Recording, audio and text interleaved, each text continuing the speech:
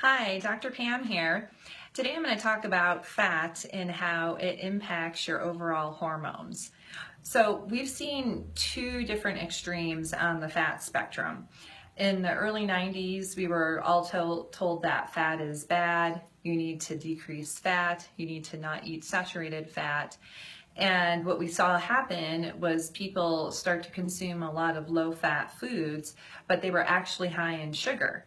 And then we saw people start to gain a lot of weight from that, which actually impacted their hormones in a negative way. And then we've seen people go the other extreme where they're eating lots of good fats, but they're having large amounts of them. And if you have too many omega-6 fats, which actually come from nuts and seeds, they can actually become pro-inflammatory and increase something called arachidonic acid. Having too much fat in your system can actually promote more inflammation, especially arachidonic acid can be pro-inflammatory. And this will actually negatively impact your hormones as well. So what should we do? Do we eat fat? Do we not eat fat? And the answer is moderation. And that's probably the thing I guess I would say that I've consistently seen over the years is that everything you do needs to be done in moderation. You do need to keep track of your food. You need to watch and see how much fat you're consuming in a day.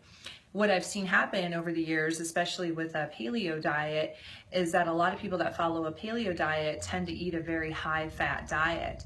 And some people actually gain weight on a paleo diet, and it's because they're consuming such large amounts of fat.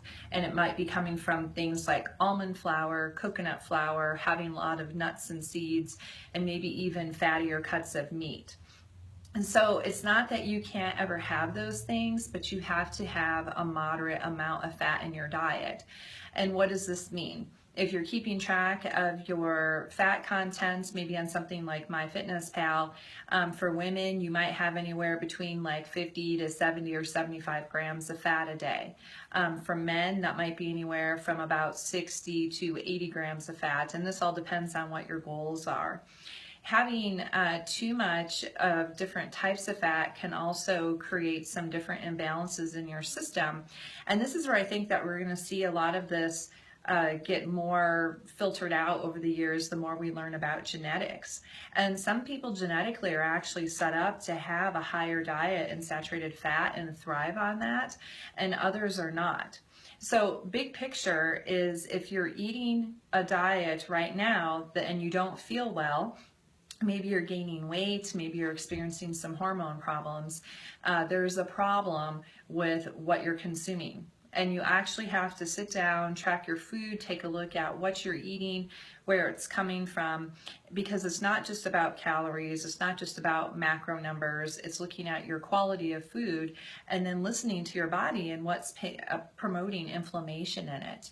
And if you start having too much fat and creating this inflammation, for women, you're going to see more PMS symptoms. You may even have more weight gain in your belly.